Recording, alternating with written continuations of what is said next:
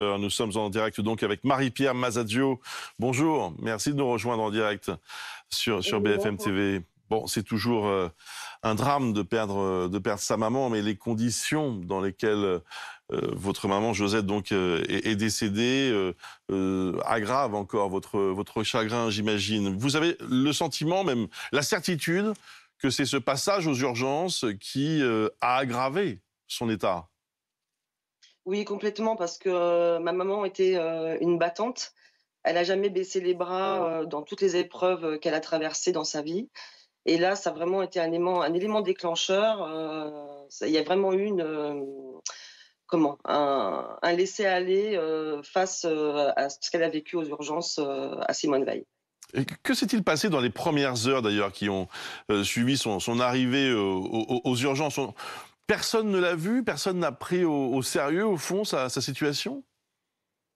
Alors en fait, elle est arrivée à 19h, moi je suis arrivée, à 21h, auprès d'elle.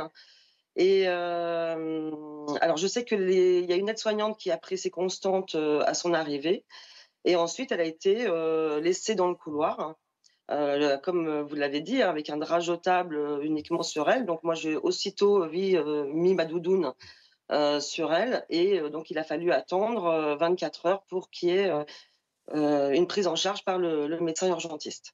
Mhm.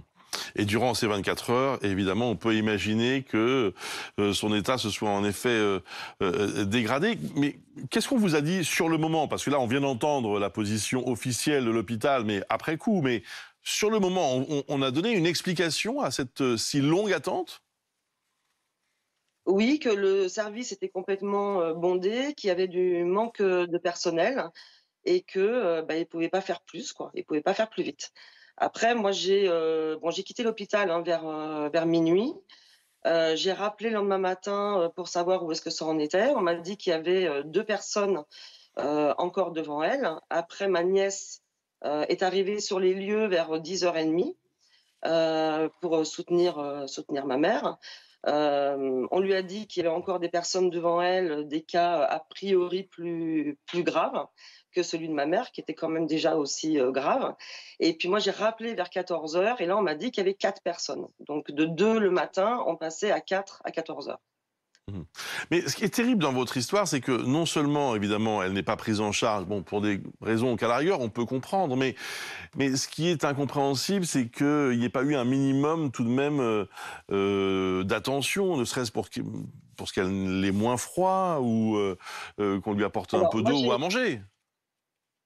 j'ai demandé une couverture, donc le 19 au soir. On m'a dit qu'il y en avait pas. Le lendemain, donc c'est ma nièce, comme je vous ai dit, qui a pris le relais. Elle a demandé si elle pouvait avoir au moins une petite collation, donc on lui a donné une compote et ma mère en a mangé que 2-3 cuillères parce que déjà je pense que là, elle était traumatisée et qu'elle lâchait et au niveau du change, là je veux juste, comment, heu, comment dire? Mince, rectifier ce que vous avez pu dire. Ma nièce a insisté plusieurs fois pour que ma mère soit changée au niveau de sa protection et ça n'a été fait que le 20 décembre dans les alentours de 17h. Alors, vous avez quand même été choqué sur le moment, hein, puisque vous déposez une main courante le lendemain hein, de cette prise en charge interminable. Alors, en fait, je suis allée au commissariat pour déposer plainte et en fait, l'agent qui m'a reçue, m'a dit qu'il valait mieux déposer une main courante parce que, une plainte, c'était, par rapport à une conséquence grave qui en découlait. Moi, ne sachant pas, comment ça se passe dans les commissariats, j'ai suivi, son conseil, mais j'ai quand même voulu que dans la main courante qui a été, faite, hein, j'ai voulu que ce soit mis que je voulais déposer plainte. Mhm. Et puis, malheureusement, quelques jours plus tard, le 4 janvier, votre maman décède. Que s'est-il passé d'ailleurs entre son retour à l'EHPAD et ce fameux 4 janvier? Sa situation s'est dégradée lentement? Alors elle s'est dégradée, assez rapidement. Oui. Déjà, il y a eu un épisode fiévreux, à la suite de ce passage aux urgences. Elle avait d'abord, 37,8 et après 38,6 de température. Donc elle a été traitée, par du paracétamol et puis, Dès son retour, elle a refusé de s'alimenter. Les Mmh. aides-soignantes de l'EHPAD de Taverny qui ont vraiment été, très, très bien, ainsi que tout le personnel et ça je tiens à le signaler parce qu'on parle beaucoup des EHPAD avec tous les défauts, mais franchement celui où ma mère était a vraiment été très exceptionnel et du coup les aides-soignantes essayaient de lui donner à manger, mais ma mère fermait les lèvres systématiquement. Moi, quand j'ai vu cette situation, j'ai demandé à ma mère si, pourquoi elle voulait pas s'alimenter.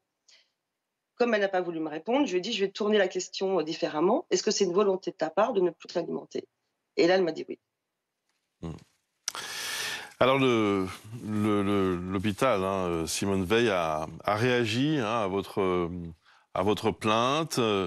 Nous compatissons, dit l'hôpital, nous sommes en lien pour apporter des réponses.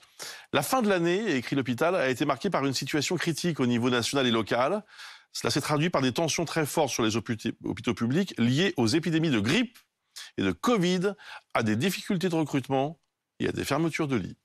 Voilà ce qu'on vous donne comme explication. Oui, alors pour moi, c'est pas suffisant. Mmh. Effectivement, quand, ma mère était aux urgences, il y avait une succession de brancards dans le couloir, où était ma maman. Mais, il faut vraiment que l'État réagisse. Là, c'est une question politique.